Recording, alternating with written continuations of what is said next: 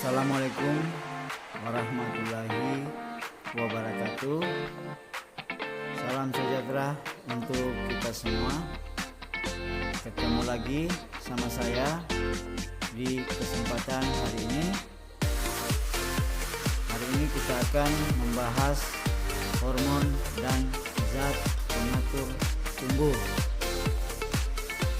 Baik adik-adik, kita masuk di subbab pertama, yaitu istilah hormon pertama kali digunakan pada hewan sebagai senyawa yang diproduksi di suatu kelenjar, diedarkan ke bagian tubuh lain melalui darah dan memiliki efek tertentu di bagian tubuh lain atau biasa disebut sel target yang jauh dari kelenjar.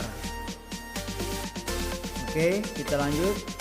Pada tumbuhan, hormon tidak diproduksi di kelenjar tertentu.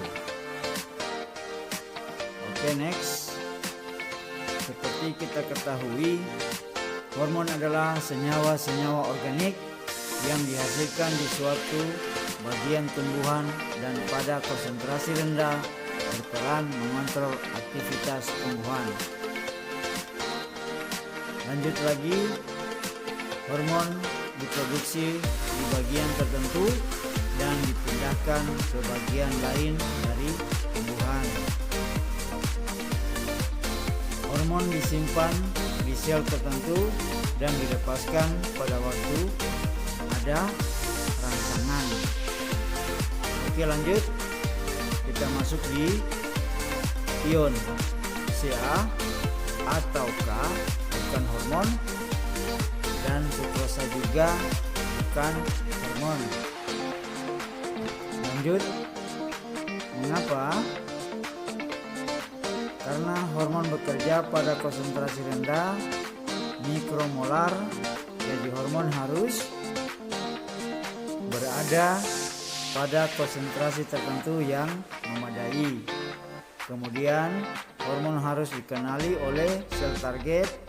Nah, di sel target terdapat reseptor protein untuk hormon.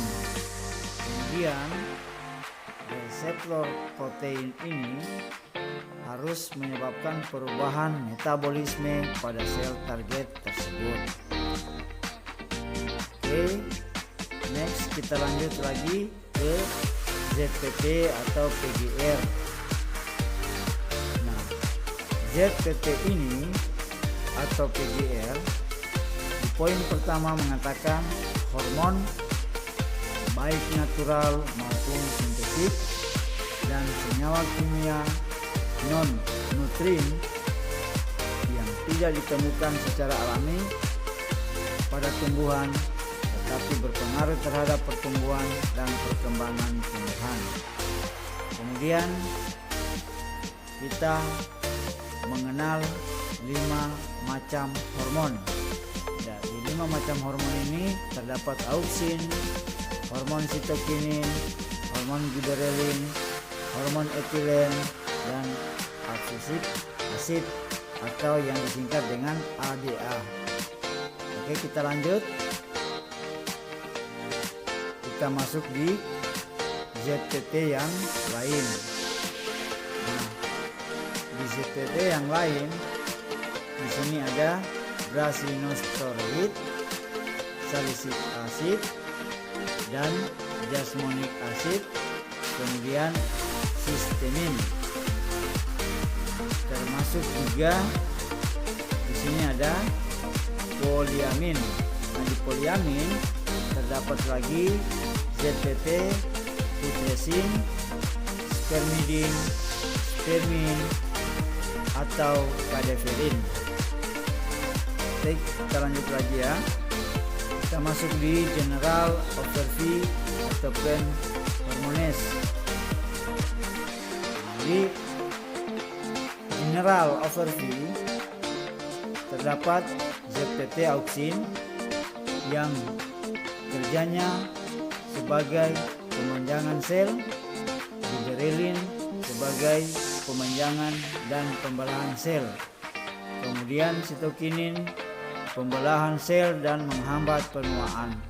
Dan absisic acid dia termasuk pengguguran daun dan buah, induksi dormansi pada tunas dan biji.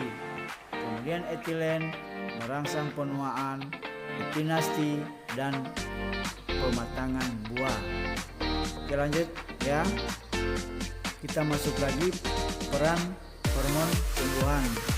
Nah, di peran hormon tumbuhan di sini mengatakan jelaskan peran hormon berikut ini ya. Seperti buah segar didistribusikan ke seluruh dunia. Hormon digunakan untuk menghambat pematangan buah sehingga buah hanya akan masak sewaktu sampai di supermarket. Oke, kita lanjut masuk di peran hormon pada perbanyakan tumbuhan melalui stek batang. Nah, ketika batang stek dipotong, pangkal batang direndam terlebih dahulu ke dalam senyawa perangsang pertumbuhan akar sebelum ditanam.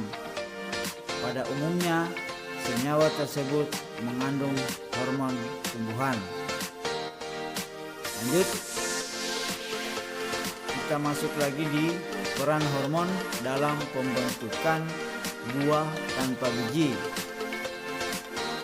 Nah, di sini auksin disemprotkan ke bunga sehingga buah berkembang tanpa adanya polinasi sehingga terbentuk buah tanpa biji.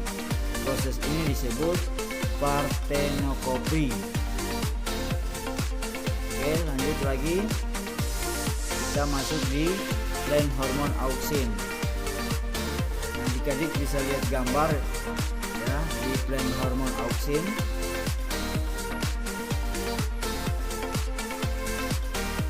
Ini ya. Oke, bisa dilihat ya. Lanjut, kita masuk di penemuan atau awal penelitian tentang auksin ya. Ini di tahun 1880 Darwin ya.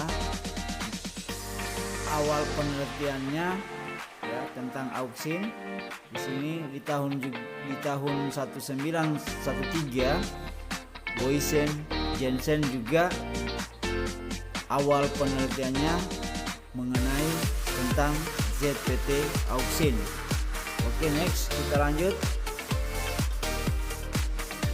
Nah, ini tentang auksin, bisa dilihat ya gambarnya.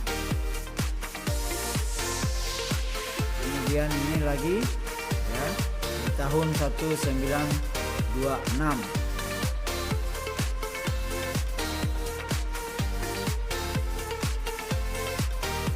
Oke,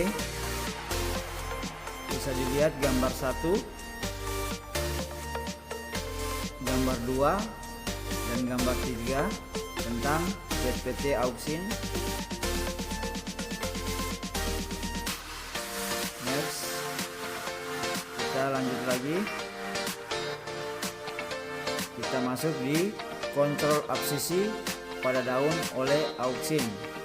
Ini adik-adik bisa lihat ya kontrolnya dari ZPT auksin.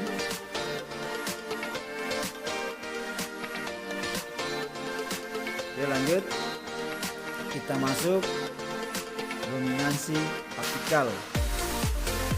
Di dominansi apikal ini cabang lateral di dekat apeks pucuk terhambat. Semakin jauh hambatan, semakin berkurang. Kemudian dominansi apikal dapat dihilangkan dengan memotong apeks pucuk. Oke, lanjut. Ini adik-adik bisa lihat gambar ya. Di dominansi apikal ada di gambar A dan gambar B. Oke, kita masuk lagi di auksin sebagai herbisida dan sisi gelap auksin. Di 2,4-D dan 2,4 asetik asid ya, menyebabkan gulma tumbuh dengan sangat cepat untuk kemudian mati. Di 2,4,5-T yang biasa disebut atau yang biasa kita kenal dioksin yang dicampur dengan 2,4-D telah digunakan dalam perang Vietnam sebagai agen orange untuk menggugurkan daun yang melindungi tentara Vietnam. Dan di sejak tahun 1979 2,4,5-T dilarang untuk digunakan karena menyebabkan leukemia, keguguran, kerusakan hati dan berbagai penyakit lainnya. Oke, next kita masuk di sejarah penemuan sitokinin. Nah, Gottlieb Haberlen menemukan atau melaporkan di tahun 1913 senyawa yang merangsang pembelahan sel. Kemudian di tahun 1940 Johannes van Overbeek, embrio tanaman tumbuh lebih cepat pada media dengan penambahan air kelapa. Dan di tahun 1950 Volky Scott dan Carlos Miller mengatakan ketika sel tembakau ditanam pada media ditambah auksin, sel hanya memanjang dan tidak membelah. Ketika ditambahkan DNA sel sperma ikan herring, sel menambah. Selanjutnya penambahan basa-basa purin yang biasa disebut atau yang biasa kita kenal dengan adenin menyebabkan sel membelah. Nah, senyawa adenin yang diperoleh dari DNA tersebut disebut kinetin. Oke, lanjut. Di tahun 1964 berhasil diisolasi sitokinin dari jagung disebut zeatin. Zeatin N-zeatin ribosid juga ditemukan di air kelapa. Nah, semua sitokinin memiliki struktur kimia yang mirip dengan zeatin. Oke, di sini adik-adik bisa lihat interaksi auksin dan sitokinin dalam morfogenesis. Nah, di sini ada auksin dan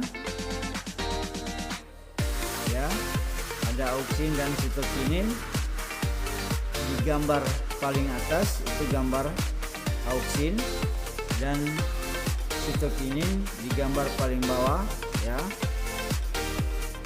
Oke, lanjut. Kita masuk di sitokinin menekan pertumbuhan akar dengan menurunkan ukuran sel dan menurunkan pembelahan sel akar. Ini adik-adik bisa lihat gambar A dan B ya. ZPT sitokinin berarti menekan pertumbuhan akar ya. Oke, lanjut. Kita masuk di sitokinin menghambat proses penuaan atau yang dikenal dengan senescensi. Ini gambar A dan B ya.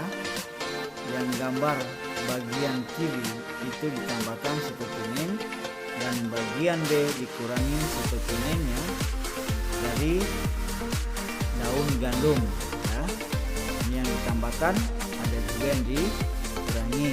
Tadi bisa lihat gambarnya yang ditambahkan gambarnya bagaimana dan yang dikurangi gambarnya yang bagaimana. Ini dicontohkan dari daun gandum. Oke, terima kasih adik-adik semua yang berada di rumah. Sampai jumpa ya di di lain waktu dan di lain kesempatan. Akhir kata, Assalamualaikum warahmatullahi wabarakatuh.